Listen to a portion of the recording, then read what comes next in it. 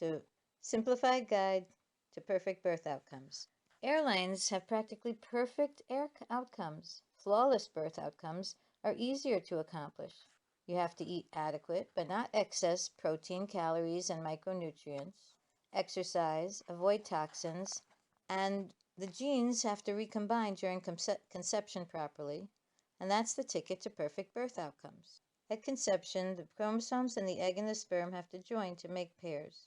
In 15% of conceptions, faulty combinations occur that are incompatible with life, and the fetus dies before 12 weeks of pregnancy. After the first 12 weeks, another 1% of fetuses continue developing, but early death is inevitable. Such examples are trisomy 18, trisomy 21, 13, result in shortened lifespan and mental disability. Turner syndrome happens in 1 in 2,500 females. Cerebral palsy, surprisingly, is largely not genetic. 98% of cerebral palsy results from preterm birth, serious infections like toxoplasmosis or rubella during pregnancy, mercury exposure, difficult delivery, head trauma, all of which are preventable. Problems not dictated by genetics are preventable. In rare cases, the placenta covers the cervix, which is called placenta previa. There's no other way to deliver the baby living other than cesarean, but placenta previa is usually a result of the uterus having been previously manhandled by surgery and such. A cesarean is the only way for a fetus to survive in the case of placenta previa. Cesarean for identical twins in the same sac has better outcomes with cesarean, but practitioners can deliver them with good outcomes and without a cesarean if the birth weights are small and the mother cooperates. The above problems are rare. In 1% of births, there are problems like these, but the other 99 out of 100 pregnancies can have perfect birth outcomes without interventions like cesarean by following the following rules. The woman has to eat adequate but not excess macro and micronutrients, walk for at least 1 hour every day, or some other aerobic daily exercise, be immunized by age 12 against measles, mumps, polio, and rubella, and not indulge in excessive drugs, alcohol, or stress. Birth is far simpler than the majority of doctors and midwives let on. 2 pieces of advice before you get pregnant. One is take 25 milligrams of vitamin B6 from a reputable company for 3 to 6 months before you get pregnant. This prevents nausea and vomiting of pregnancy. About 80% of women today suffer from nausea and vomiting, and it seems our diet is inadequate in B6. Nevertheless, nausea and vomiting are just discomforts. Nausea and vomiting has no advantages. It doesn't protect the fetus from miscarriage. The women with nausea and vomiting do not gain less weight, and their newborns are just as big. So why do I advise taking B6 to avoid nausea and vomiting? Because nausea and vomiting make women feel sick. And to have the best outcomes, it's best to feel good from the start. That'll give you confidence in your body's ability to give birth. The second piece of advice is take iron if your hemoglobin is below 11. You can either take a 25 milligram pill of iron, or you can eat 1 meatball every day. Iron pills prevent the absorption of magnesium. Taking magnesium, like milk of magnesia, prevents absorption of iron. Prenatal vitamins have not been shown to improve outcomes in high-income countries. So I advise doing these things before you get pregnant. Now you're pregnant, and now I have a few pieces of advice. Rh negative blood. If you are Rh negative, get RhoGAM shots at 28 weeks and within 72 hours after the birth. You do not need the shots if the father of the baby is documented to be Rh negative also. Head down at 36 weeks. You need to check if the baby is head down at 36 weeks. If it's breech, you need to get it turned by an expert doctor who turns breech regularly using his hands, guided by ultrasound. When carried out by an experienced doctor in the hospital who does it many times a week, this procedure is risk-free. Using acupuncture, moxa, or reflexology after 37 weeks has the same chance of turning the baby to head down as doing nothing. Getting the baby turned professionally is much safer than delivering a breech baby by vaginal birth or of having a cesarean. If you try a professional in hospital and it doesn't work, immediately go to another one. Turning the baby hurts, but it's worth it. Yeast infections are very common in pregnancy. Standard prescription suppositories work pretty well to cure a yeast infection. Half a clove of garlic inserted vaginally also gets rid of the yeast infections. Half a clove of garlic also cures bladder infections if you treat them on the first day or 2 that you begin to experience frequency and pain before you have bleeding from the urethra when you urinate. Then it's too late. Then you need antibiotics. Hemorrhoids that are red and sore are a result of yeast growing on the hemorrhoid.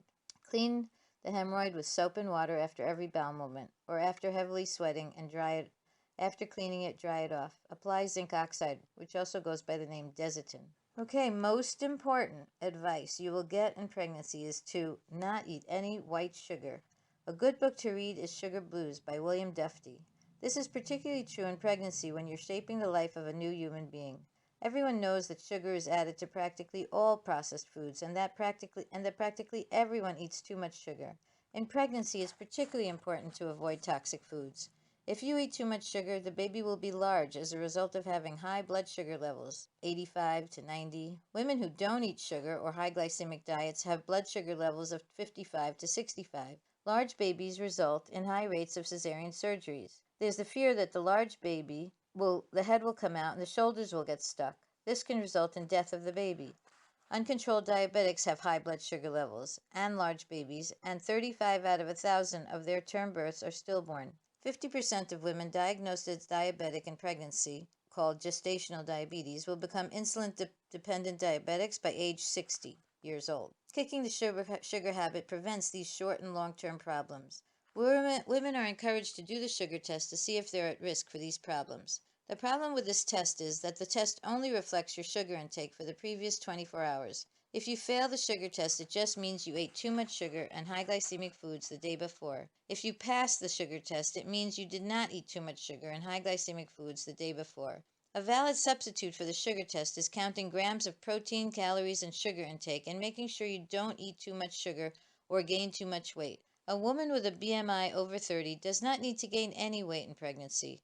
A woman with a normal BMI of 20 should gain about 6 kilos or 12 pounds. This is best accomplished by not gaining any weight for the first 3 months, and then, unless you're extremely thin, at most 2 pounds per month for the next 6 months. If you cannot control your sugar intake, failing the sugar test may convince you to stop eating too much sugar. Alternatively, you can examine your diet and stop eating excess high glycemic foods like sugar, breads, potatoes. Food should be limited to 1 green apple per day. The best way to optimize your protein and calories that you're ingesting is to use the website MyFitnessPal, www.myfitnesspal. You can even scan the barcode of things that you eat right into the program.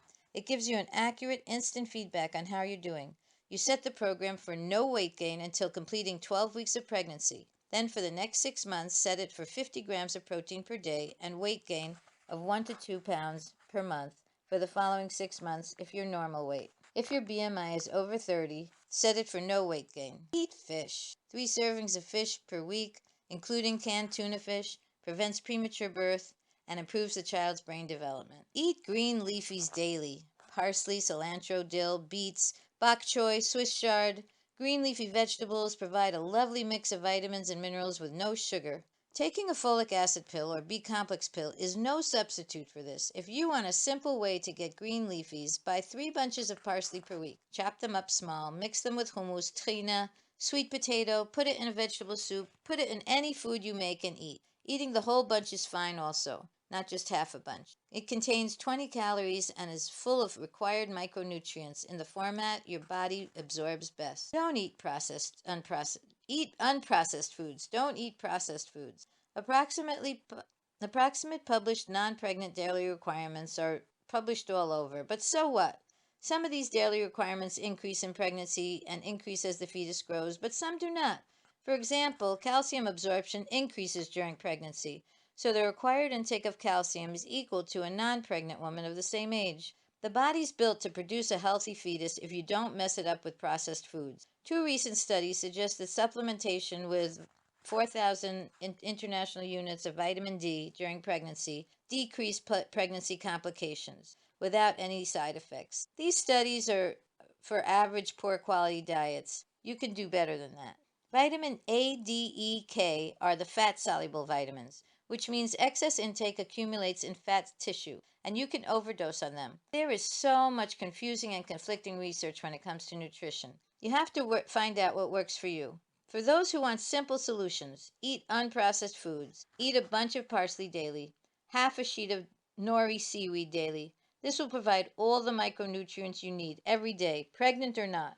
Don't depend on supplements. The body's built to absorb its needs from food, and there are no regulations compelling companies to be honest about what they say they're putting in their supplements is actually in their supplements. Also, you don't know whether the micronutrients survive preparation, grinding, storage in a capsule, and shipping in the summer without refrigeration. No one knows for sure what's in the supplements they're taking. The rules are not very different for pregnancy and non pregnancy. The fetus is pretty small. In 9 months, ideally, the woman produces a 5 or 6 pound baby, 1 pound of placenta, 1 pound of amniotic fluid, which is about 8 pounds of pregnancy products. The quality of daily food intake is the most important factor in determining pregnancy outcomes. In the absence of chromosomal issues, the health of the fetus is determined by the woman's diet, exercise, and life choices. The placenta is continuously remodeling. New villi are constantly replacing the old villi attachments as the placenta migrates upward. This gives women the ability to improve fetal outcomes continuously during pregnancy. You should not gain any weight for the first 12 weeks of pregnancy. It's not risky or dangerous to lose weight. The fetus is tiny. After 12 weeks, you need about 1.1 grams of protein per kilo of weight of the woman per day. So the average sized woman, somewhat active, needs about 50 grams of complete protein per day. Lack of adequate protein intake, obesity, and inadequate exercise is what results in preeclampsia and toxemia. High-fat diets fed to mice caused a higher risk of lipid deposition in the placenta, typical of human preeclampsia. Adequate preconception folic acid, adequate thiamine, betaine, riboflavin, B6, C, E, niacin, iron, retinol, vitamin A have been associated less neurotubal defects like cleft palate and spina bifida. There is unequivocal evidence that severe iodine deficiency in pregnancy impairs brain development in the child because of the body's inability to make thyroxine without iodine. The most serious consequence of iodine deficiency is mental retardation. 1/2 a sheet of nori seaweed daily provides adequate iodine. Daily intake of fresh and cooked green leafy vegetables like parsley, beet leaves, and adequate amounts of protein is essential. Eating fish 3 times a day, as I say, is associated with improved neurological development at 3 years of age. A low glycemic Mediterranean type diet rich in omega-3, including fish 2 to 3 times per week, with daily calcium intake from tahina, hummus, or other sources, lowered maternal cholesterol levels and significantly decreased premature birth. Adequate sunshine is needed to provide vitamin D, which improves fertility, decreases preterm birth, and decreases the risk of gestational diabetes. Rats fed a normal diet supplemented with fructose develop diabetes and preeclampsia-like symptoms. Intrauterine micronutrient deprivation causes an increase in arterial blood pressure and an increase in ACTH. Intrahepatic cholestasis of pregnancy, ICP, is due to an excess of bile acids and can be prevented with a low-fat diet. There is a study showing garlic can lower blood pressure in human pregnancy. Anecdotally, eating 1 or 2 heads, not cloves, but heads of garlic daily, eradicated preeclampsia and pregnancy hypertension in normal weight and as well as obese women. Exercise. Daily exercise is required for optimal outcomes, such as 1 hour a day of daily exercise in addition to normal activities. Do it 7 days a week. Avoid substance abuse. Keep your distance from nuclear power plants and other environmental disasters. Birth works best when the mother has been exercising daily and eating what she needs and not more. This results in full-term pregnancy, head-down position, and birth weight under 8 pounds. The head is the heaviest part of the fetus, so it naturally goes to the bottom if you walk daily. The best exercise to do is the one that you will do every day. Exercise will prevent varicose veins. When doing the dishes, rock from heel to toe and keep the blood in your legs flowing. Varicose veins are problematic because they're painful, and occasionally the blood slows down and clots in them, which is very painful. However, clots in varicose veins do not lead to stroke or heart attacks like clots in your heart or brain. Varicose veins are superficial. The clots resolve locally after 2 to 3 weeks of redness and pain. In summary, 4 simple rules: fish 3 times a week, a daily bunch of parsley, and half a sheet of seaweed. Getting micronutrients from food is preferable to taking vitamins, supplements, because the body absorbs the needed nutrients better from food than from pills. Figure out an exercise that you will do 7 days a week and do it. 3. Enjoy your pregnancy. The positive influence of pleasure is immeasurable. Be self-aware. Gain weight or don't gain weight as needed according to your BMI. Sugar is addictive and needs to be moderated. Every person has a slightly different genetic makeup and metabolizes food slightly faster or slower, but no one needs excess sugar. The feeling that your body is craving chocolate or sugar is called sugar blues. It's sugar addiction. Your body does not need a bar of chocolate or a handful of organic dates. Take a walk instead. Promise yourself a prize after you give birth. You'll be grateful you did when the baby does not have a birth weight over 8 pounds. A side note on miscarriage and stillbirth. 15% of detected pregnancies miscarry before 12 weeks. 1% of pregnancies miscarry after 12 weeks. 1 in 1,000 fetuses die between 37 and 40 weeks in women with no history of uterine surgery. A previous cesarean doubles that rate of late stillbirth from 1 in 1,000 to 1 in 500. Women undergoing cesarean should be told that they're doubling the risk of their next fetus dying in utero at the end of the next pregnancy. The same 1 in 500 increase in stillbirth is true for women who are undelivered at 41 weeks, who are not after a cesarean.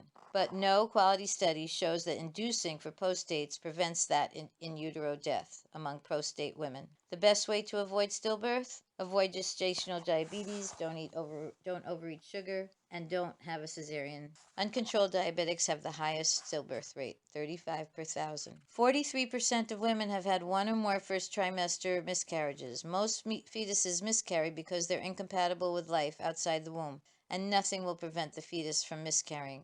After one's first miscarriage, you've joined the ranks of the 43% of women who've had between 1 and 8 miscarriages. There's no evidence behind the myth that you should wait to get pregnant, and women seem to be highly fertile following a first trimester miscarriage. Women usually ovulate 5 to 6 weeks after a first trimester miscarriage. First trimester bleeding, 25% of pregnancies that end with perfect full-term outcomes experience some bleeding in the first trimester. This can be anything from spotting to large clots. It stops by 14 weeks of pregnancy. There's nothing to do about it, so ignore it. Ultrasound. When to do and when not to do an ultrasound. Ultrasound diagnosis of fetal defects is never 100% accurate. Any baby with defects will have more than one detected defect on ultrasound. If only one defect is seen, it is irrelevant. The very commonly noted defects like a white spot on the heart or a wide kidney pelvis found in isolation are meaningless. Ignore them. Ultrasound is useful for external cephalic version, turning the head from breech to head down, fetal transfusions for RH exposed mothers, amniocentesis, evaluation of hytidiform mole, evaluation of pelvic tumors, evaluation of fibroids, evaluation of ectopic pregnancy, confirmation of fetal death, confirmation of presentation where the practitioner is unable to ascertain the position without ultrasound. No evidence for ultrasound being useful has been shown, or improved outcomes has been shown when you do routine ultrasound for dating, or checking if there's a fetus alive, or the second trimester organ scan, or amniotic fluid index, or biophysical profile, BP, placental grading, Doppler velocity, fetal surgery before none of those show improved outcomes. Fetal surgery improves outcomes in 50% of cases, and in 50% of cases, the fetus dies from the surgery. Some potential dangers of ultrasound. We don't know if it's safe. Ultrasound was tested prior to 1990 using 75 megawatts ultrasound levels. Today, the ultrasound machines use 400 megawatts. Current ultrasound levels have never been studied. Ultrasound always heats up the fetus. The fetus has no easy way to get rid of the extra heat. Heating up the fetal cells with ultrasound causes some of the cells to break and die. Heating up a fetus in other ways, such as by the mother using a hot tub, is also associated with increased fetal death. Never enter a hot tub or jacuzzi in pregnancy. Don't scuba dive deeper than 2 meters. Avoid unnecessary ultrasound. Routine ultrasound will not improve your outcomes except in the few situations listed above. In addition, ultrasound causes women to worry about defects that are not actually there because ultrasound is never 100% accurate. You can't replace careful attention to nutrition by doing.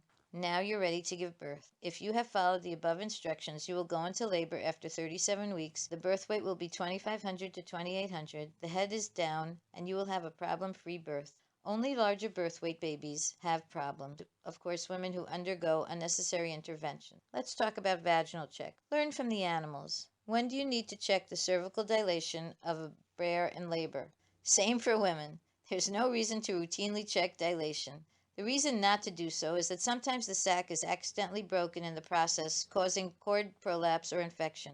Routine vaginal checks, even if they don't cause the sac to break, do increase rates of infection of the uterus and fetus. Vaginal checks should only be done ideally if the woman insists on it, or if the midwife wants to make sure the laboring woman is fully dilated. Vaginal check can also confirm if the baby's head down, where the practitioner is not sure. Otherwise, it's obvious from careful observation of her behavior whether a woman's in labor or whether she's progressing. The head down position should have been determined before labor. It makes no difference if the head is anterior, posterior, transverse. The head will move in during labor and get into the optimal position if the woman's not laying in bed. Eating. Finally, you're in labor. You can eat and drink as much as you want. Eating gives you energy. Pain relief. Acetaminophen, Rococet with 30 milligrams of caffeine, Percocet 5 milligrams or 10 milligrams, and Targine are all options for pain relief for labor. About 50% of women need pain relief, and it's really to relieve the fear. It's valuable for them to take a single Percocet or Rococet at about 5 centimeters dilation.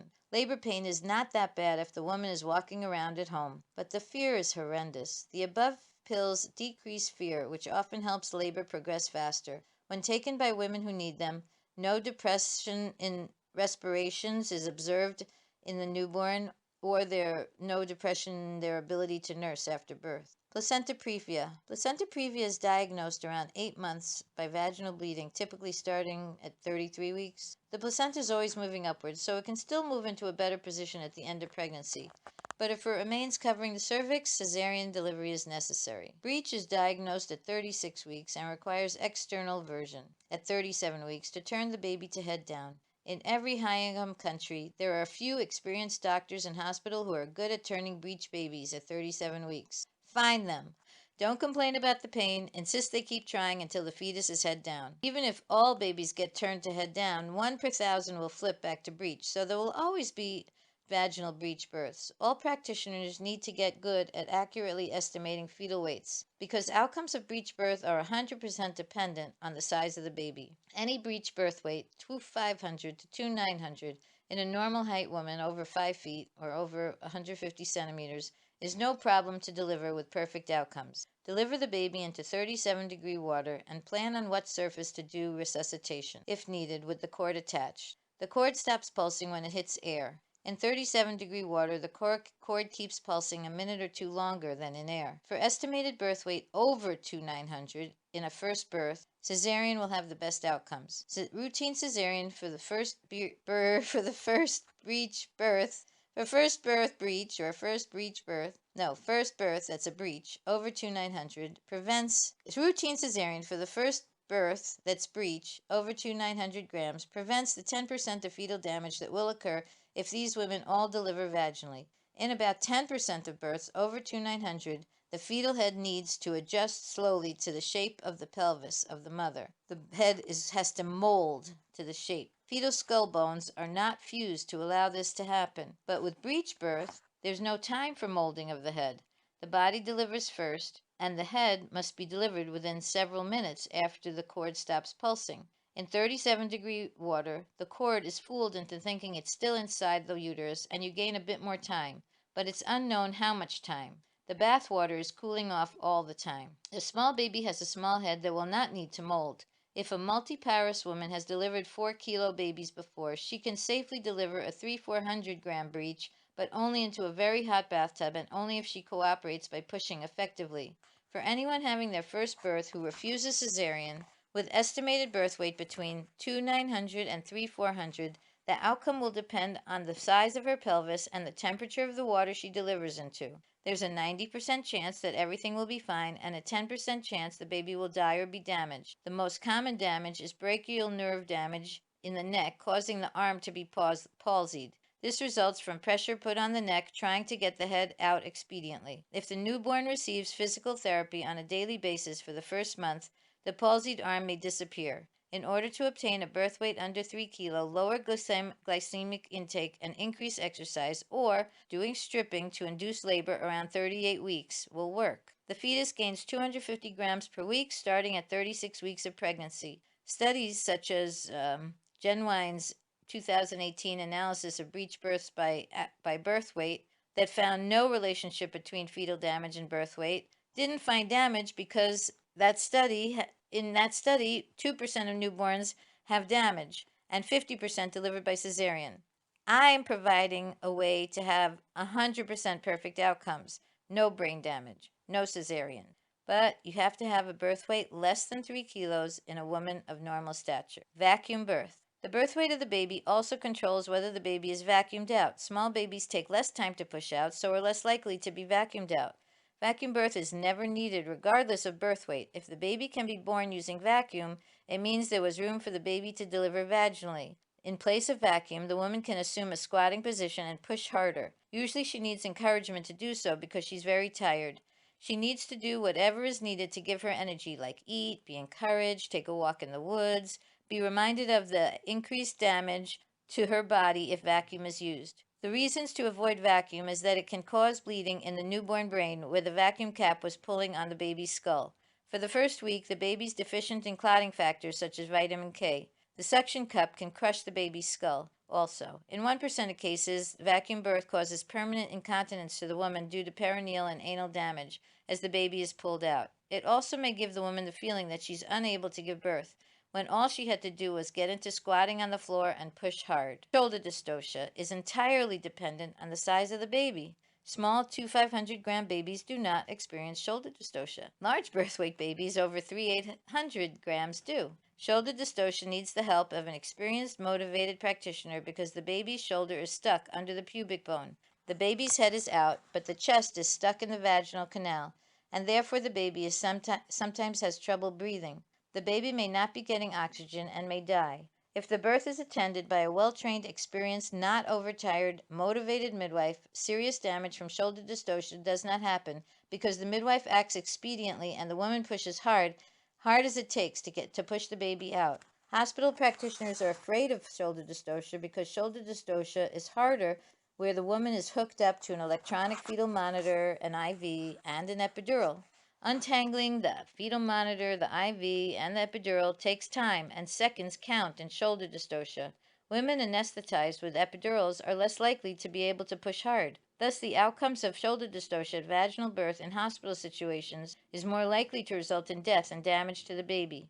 Avoiding damage from shoulder dystocia requires the woman to push very hard, and this is easiest to do on the floor. The woman has to freely and quickly switch back and forth from being on all fours to sitting, all fours to sitting. This will loosen the shoulder and help get the body out. A really experienced, attentive midwife will see a huge head emerge, and as soon as the head is out, immediately insert her finger under the armpit before the baby does a turtle maneuver, pulling its neck back in and getting the shoulder stuck behind the pubic bone. The trick is to pull pretty hard, just hard enough to keep the baby coming without tearing the perineum or hurting the baby. Vaginal birth after cesarean. VBAC outcomes are entirely dependent on the birth weight of the baby and the ability of the woman to refuse labor induction and augmentation, medical labor induction and augmentation. Women who had a previous cesarean and using the vertical up and down classical cut are recommended to have cesareans for all future births because 95% of the time these scars stay intact, but 5% they rupture during labor. But even with the old-fashioned classical vertical cut, the smaller the baby, the less likely the scars to open. Everything depends on birth weight, although women are not told this because women are thought not to be able to control what they eat. The classical cut is no longer used except for rare exceptions since 1960. Now the uterus is cut in a low segment transverse LST cut. The risk of a uterine rupture is zero if the next baby is 2,900 or less and the labor is not induced or augmented. Depends. Women are told not to have a baby within 2 years of the cesarean to avoid rupture. If the baby is small, under 2,900, the uterus does not rupture, no matter how soon after the cesarean the next birth takes place, as long as the birth is not augmented or induced. If the woman had a big infection at the time of cesarean, the scar is at slightly higher risk of rupture. rupturing. The key factor is the birth weight, not the previous infection. Single closure of the uterus compared to double layer stitching is more likely to open in the next labor. It depends more on the birth weight. When the previous scar is the normal cesarean scar used today, the low segment transverse LST cut, and the birth weight is less than 3 kg, VBACs do not experience uterine rupture unless the labor is induced or augmented medically. On the birth weight, use of medical induction and augmentation. Uterine rupture has never been documented in labor without induction or augmentation and a birth weight smaller than 2,977 grams. The bigger the baby, the more Pitocin you give, the higher the risk of rupture. If the birth weight is 2,500, the uterine rupture rate is 1 in 1,000, where Pitocin is used. For 3 kilos, 1 in 200. Over 4,200, a VBAC hopeful mother is sometimes sent for an ultrasound to see if her scar is strong enough to undergo labor. No research has found this ultrasound to be predictive of uterine rupture. It is, however, important to check with a fetoscope or by ultrasound where the placenta is to make sure the placenta is not growing in the scar, which is very rare. When I asked the foremost OBGYN researcher in Cambridge, England, why women are not told birth weight is critical to uterine rupture, he answered that women are not able to control what they eat during pregnancy, so he doesn't see it necessary to inform women of this option. I believe motivated women can do anything, but they have to be informed of their options. In rare cases, such as women with eating disorders, the practitioner might be worried the mother will eat so little that the fetus will be growth restricted. Today, with the majority of women being overweight or obese, this is rarely the issue.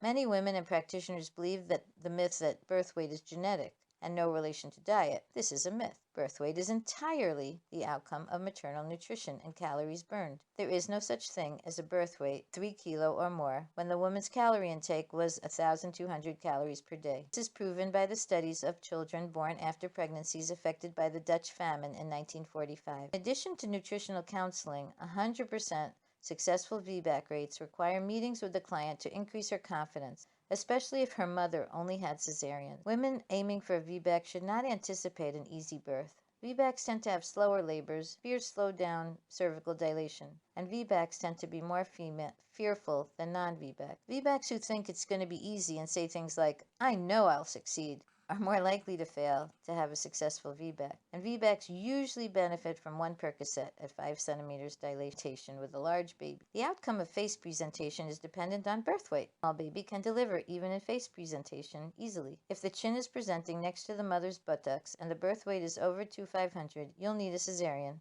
unless the midwife can push the whole baby back inside and reposition it in a better presentation. Post-pregnancy cannot be considered post-dates unless a woman has accurate dates. Accurate dating is only possible if the woman had regular cycles or had an 8-week ultrasound, or it was an IVF pregnancy. Does accurate dating improve outcomes? Accurate dating does not improve outcomes. Post-dates delivery after 41 weeks has an unexplained, unpredictable stillbirth rate of 1 in 500 post-date pregnancies, but this is not reduced by inducing all post-date pregnant. Labeling the placenta grades 1, 2, or 3 by ultrasound is meaningless and does not predict stillbirth. The best way to avoid stillbirth is eating parsley and fish daily, not eating sugar, being physically active, and having a normal BMI. The rate of unexplained third trimester stillbirth among diabetics is 35 per 1,000. If you have accurate dates and are worried about post-date stillbirth, then you should be exacting in your nutrition, stay active, wait expectantly, and surround yourself with positive people. If that doesn't work for you, try stripping. Stripping cannot be done until the cervix is dilated enough to easily allow the finger inside. If the cervix is already 3 centimeters dilated, stripping means doing a firm vaginal check, which releases prostaglandin. A woman who wants to deliver and is already 3 centimeters dilated can do the following to start labor. Walk uphill on a steep angle for 2 hours or more. Massage both nipples for several hours, through a shirt but with no bra on, or massage her cervix. Stairs, acupuncture, homeopathy, reflexology do not induce labor, but they might improve mood. There is no research on the use of castor oil showing it to be safe or harmful.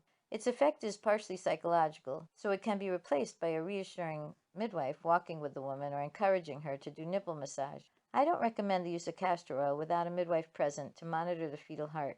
Castor oil seems to work after 41 weeks, but I know of 2 anecdotal stories in which women took castor oil alone at home to induce labor and it caused the uterus to go into a non-stop tetanic contraction, and the baby was stillborn. Premature rupture of membranes. Women sometimes think their water broke when it didn't. If you stand up and produce a dinner plate-sized puddle of water with vernix or meconium in it, then your water broke. But a bit of wetness on the underwear is not ruptured membranes. This can result from a yeast infection, the plug, discharge from the glands near the exit of the vagina that lubricate the vagina, or it can be urine.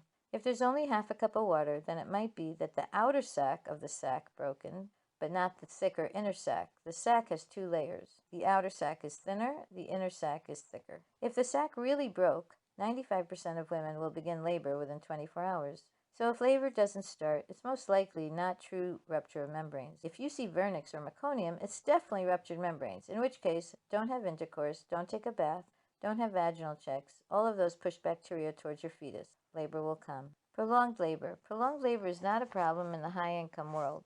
The fear that the pressure of the fetal head will prevent oxygenation of the perineal area, causing permanent damage, is not a real fear. This is only a problem among severely malnutrition teenagers who have not finished growing in severely malnutritioned parts of Africa and Asia. There is no evidence behind the arbitrary 2 to 3 hour pushing limit. There is no medical definition in hours of the oft-used term dystocia. Excuse for performing cesarean after 2 hours of pushing appears to be economically motivated to get the woman out of the labor room to make room for another patient. Thick meconium. Thick meconium, as long as the fetal heart is reassuring, you deliver the head. After delivery of the head, firmly tell the woman not to push out the shoulders. Let the head sit there until all the meconium drains out of the baby's nose. When all the meconium has drained out of the baby's nose, clear fluids will start coming out. Then it's time to deliver the shoulders. This prevents transient tachypnea of the newborn, TTN, in which the newborn breathes faster than 60 times per minute because the lungs have vernix and/or meconium in them. Breathing over 60 times a minute in a newborn does not provide as much oxygen as normal breathing. In 2020, it was realized that fast delivery is never good, and it started a trend to deliver cesarean babies more slowly because it helps them have fewer breathing problems. But this protocol is not applied to vaginal birth yet. Bleeding during labor or in the third trimester with a reassuring fetal heart. In the case of bleeding in the third trimester, the doctors will tell you that they suspect partial separation of the placenta. Partial separation of the placenta is of no significance to outcomes. As long as the placenta is not covering the cervix, like placenta previa, everything's fine. If the bleeding stops, it might not have been partial separation to begin with. Bleeding could be a result of hemorrhoids, cervical softening, the plug, a vaginal scratch that bleeds, yeast infections, bladder infections. If partial separation is suspected on ultrasound, continue as normal and wait for labor. Ultrasound is never 100% accurate for partial separation of the placenta. This is clear from the fetal heart rate. Most of the placenta is functioning fine. The fetal heart rate is reassuring. Total separation of the placenta can happen at car accidents and among women with extremely high blood pressure, like 300 over 200. Then the baby will be dead within 8 minutes. Resuscitation. 1% of babies have a good heart at birth, but do not breathe spontaneously after they are born. It is not known which babies will begin on their own and which need resuscitation efforts among these 1%. Some may start breathing on their own, even after half a minute or 3/4 of a minute. The mother might kiss them loudly in the ear to help stimulate breathing. But I prefer to be more proactive because the longer the baby goes without breathing, the longer it goes without oxygen, and the harder resuscitation will be. There's a great YouTube showing an elephant in the Bali Zoo resuscitating her baby who was born not breathing. She kicks it several times really hard, which doesn't work, and finally pulls on its trunk, which works. In addition to babies who do not breathe spontaneously when they're born, in about 1 in 500 cases, the baby breathes spontaneously, no problem, with no help, and then a few minutes later stops breathing entirely. His or her face, which was pink, turns purple, and then deep purple, and if not resuscitated, the baby dies. To avoid these babies dying, it's important for someone to observe the newborn does not begin to turn purple in the first half hour after birth. What to do when resuscitation is needed? Well, massage the baby, see if that works. If not, put one hand under the baby's head and one hand under the baby's buttocks, and drop your hands quickly so the baby feels like it's falling. If the baby does not take a grasp of air, next do mouth to mouth, but do it gently so not to puncture the lungs. Observe the exact time on a digital watch. After every puff, massage the baby and observe if it has taken a breath. If a minute goes by and the baby is still not breathing, do mouth to mouth more aggressively. It is also possible to stretch out the baby's lips painfully to get it to take a breath. In about 1 in 1,000 births, the baby is alive shortly before delivery, but pressure on the cord results in lack of oxygen to the baby, and the baby's born with no heartbeat. This is easily detected. Put your fingers on the chest of the baby, and you'll feel no heartbeat. Do mouth to mouth as forcefully as you can. The rhythmic air going into the lungs may restart the heart. You have nothing to lose. The baby's dead. So breathe as strongly as you can to get the baby's heart pumping and the baby breathing. Do 30 strong breaths as hard as you can, pumping, pushing, one after another without looking until you finish all 30. By then, the baby should be pink and oxygenated. To start it breathing, pinch its lips as hard as you can. When it comes to resuscitation, seconds count. The longer the brain is without oxygen, the harder it is to resuscitate. Seconds count. Every doctor and midwife needs to have a digital readout because it's easier to read and shout at the time of birth so you know exactly how much time has passed. How to prevent all postpartum hemorrhage at vaginal birth. Squat out the placenta at 4 minutes. Big babies have big placentas which bleed more after they detach. The placenta always detaches immediately after the birth of the baby. There is one exception called placenta accreta, in which the placenta pathologically grows into the uterine muscle. Placenta accreta is generally a result of having a scar in the uterus from a previous D&C, cesarean or other uterine surgery. Placenta accreta is very rare, so it's logical to assume the placenta has detached within a minute of the birth, because in nearly every birth it has. A woman hemorrhages after the baby delivers when the uterus cannot contract enough to close off the arteries previously supplying the placenta. This is called uterine atony. In the case where a woman's lying on a bed, the detached placenta lies on the bottom of the uterus and the cervix begins to close, and the placenta has to fight against gravity and the closing cervix to deliver. This gives women and practitioners the feeling that the placenta is not ready to deliver, but it is. Lying in bed is the problem. In squatting, the placenta comes out within half a minute to 1 minute.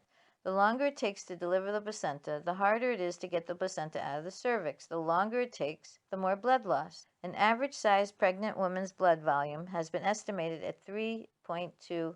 At some point, after losing so much blood, the body is no longer able to stop the hemorrhage and the woman needs a hysterectomy. In addition, when the placenta is pulled out against gravity, sometimes a small bit of placenta remains. Retained placenta usually requires manual removal for women who are lying in bed. Among women who squat 4 minutes after the birth of the baby, hemorrhage and retained placenta are avoided. In squatting, the placenta falls to the exit, to the cervix, making placental delivery expedient, efficient, and at times bloodless. The average blood loss of women who deliver the placenta in bed is 500 cc's, with 5% of women losing over a liter. The average blood loss of women who deliver the placenta by 5 minutes in squatting is 100 cc's, and none of them lose more than 450 cc's. Blood loss is not that hard to estimate after it's all said and done. You gather the clots on the floor or on the sheet, and a 10 centimeter diameter ball of blood is 500 cc's blood loss. Most of this blood loss can be prevented by delivering the placenta at 4 minutes in squatting. A YouTube of Judy's 3-4-5-minute protocol available. Judy's 3-4-5-minute protocol eliminates severe postpartum hemorrhage over 1,000 cc's. Postpartum hemorrhage is the main cause of maternal death today. It's responsible for serious morbidity like inability to return to function weeks after the birth and difficulty breastfeeding. Natural selection eliminated deadly phenomena like postpartum hemorrhage. Not a single other mammal hemorrhages at birth, including mammals with the same placenta as humans. To avoid postpartum hemorrhage, simply squat out the placenta at 4 minutes postpartum. It's that simple. GBS, disease of the newborn. GBS is Group B streptococcus. It's a normal bacteria in the intestines that lived happily among humans for millennium. But in 1945, penicillin began to be used, which caused strains of GBS to develop the ability to be virulent, but only in excessively stressful fight or flight. Crohn's disease is a similar process in which the meat-digesting bacteria become virulent under stress. In hospital, nearly every birth is experienced under stress because there are strangers present of unknown motivation, unlike at a professionally attended home birth. With stress, the GBS bacteria occasionally becomes virulent. The CDC protocol rather than eliminating the stress by recommending attended home birth, is to give 50 grams IV penicillin to laboring full-term women who cultured positive for GBS in the last 4 weeks of pregnancy. Fetuses who receive these high doses of penicillin increase childhood asthma and eczema. Each dose of 50 grams of penicillin costs $50 US, resulting in millions of dollars of annual profit for drug companies. There's no good evidence for improved outcomes or saving newborns by giving GBS-positive full-term women high doses of penicillin every 4 hours. GBS disease is extremely rare in full-term newborns. To make it sound scary, GBS disease is always presented as the most common infection in newborns. This is a duplicitous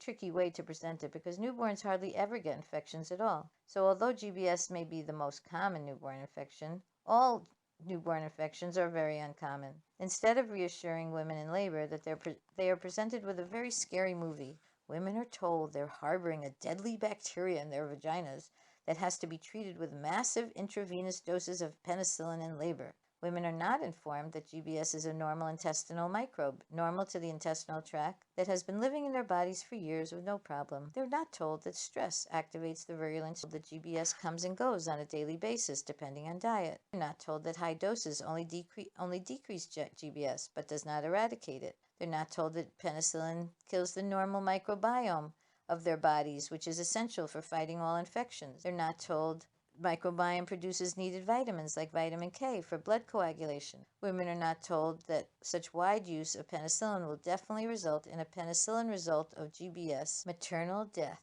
does not happen with a trained licensed wife present at home birth. A common phrase among women to justify the invasive horrors they endured at hospital birth, "I would have died if I had not been in hospital," and has no basis. A thorough search of the academic literature finds no woman has died at an attended home birth with a midwife present in the past 50 years. The woman doth protest. Educating motivated birth practitioners. A midwife has to be driven.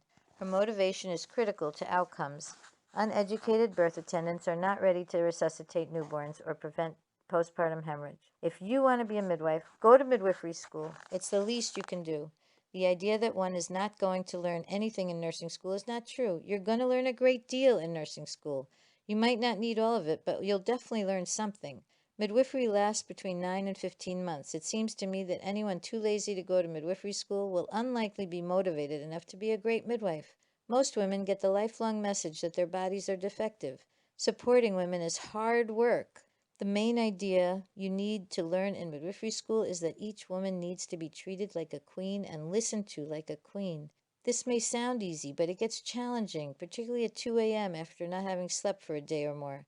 Midwifery school should teach that kind of discipline, to love and then love some more, despite the hour, despite the hardships, and then to love some more, and to fight the unbeatable foe. Summary: in high-income countries, overeating, malnutrition of micronutrients, and sedentary lives are the cause of shoulder dystocia, difficult breech deliveries, difficult face deliveries, vacuum births, difficult resuscitation at birth, postpartum hemorrhage where Judy's 3-4-5 protocol is not used, uterine rupture in VBAC labor. These problems only occur with birth weights over 2,900 grams for normal height women. 5-pound babies, 2,500 grams, full-term, head-down babies without congenital defects deliver with perfect outcomes. Lack of macro and micronutrients, overeating, anorexia, sedentary lifestyles, smoking, drug addiction, alcohol addiction, and other luxury lifestyles cause pregnancies to be complicated by diabetes, high blood pressure, cholestasis of pregnancy, malpositioning, shoulder dystocia, difficult breech births, and 1% of babies requiring resuscitation. Without medical justification, 50 to 60% of pregnancies are induced or augmented medically on the false pretense that without medical intervention, the baby would not deliver safely. The opposite is true.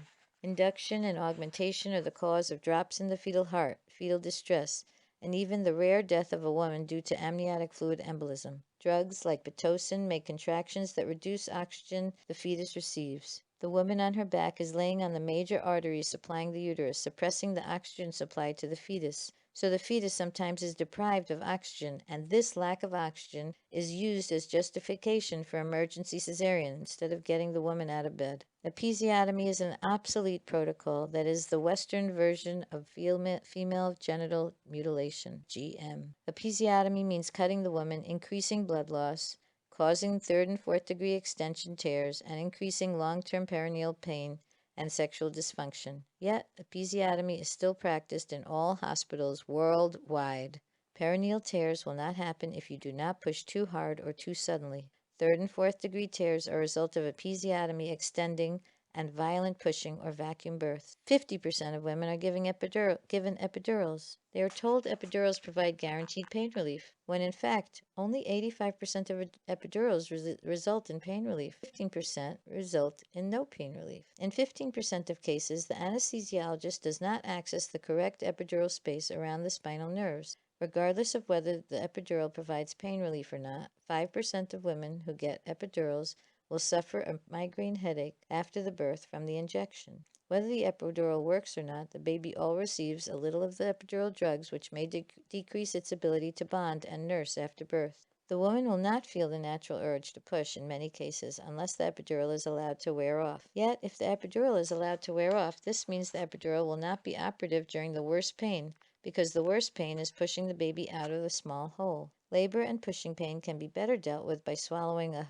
5 milligram pill of Percocet or a 10 milligram pill of codeine. These pills allow a woman to remain in charge of her body. She does not have to stay in bed. Walking around provides more oxygen to her fetus. In hospital, the only form of medical pain relief offered are things that keep her tied down to a bed, tubes running into her veins and or spinal cord. Another hospital routine that can cause death is routinely breaking the amniotic sac. Women at birth are at a point when their immune system can poorly handle extra stress and infection of hospital birth. Women at birth are at a point when their immune system can poorly handle extra stress and infection involved in hospital birth. They are much safer at home and unattended. If you don't overeat, birth is easier than getting a jet to fly. You just have to do what the body evolved successfully to do over 2,000 years.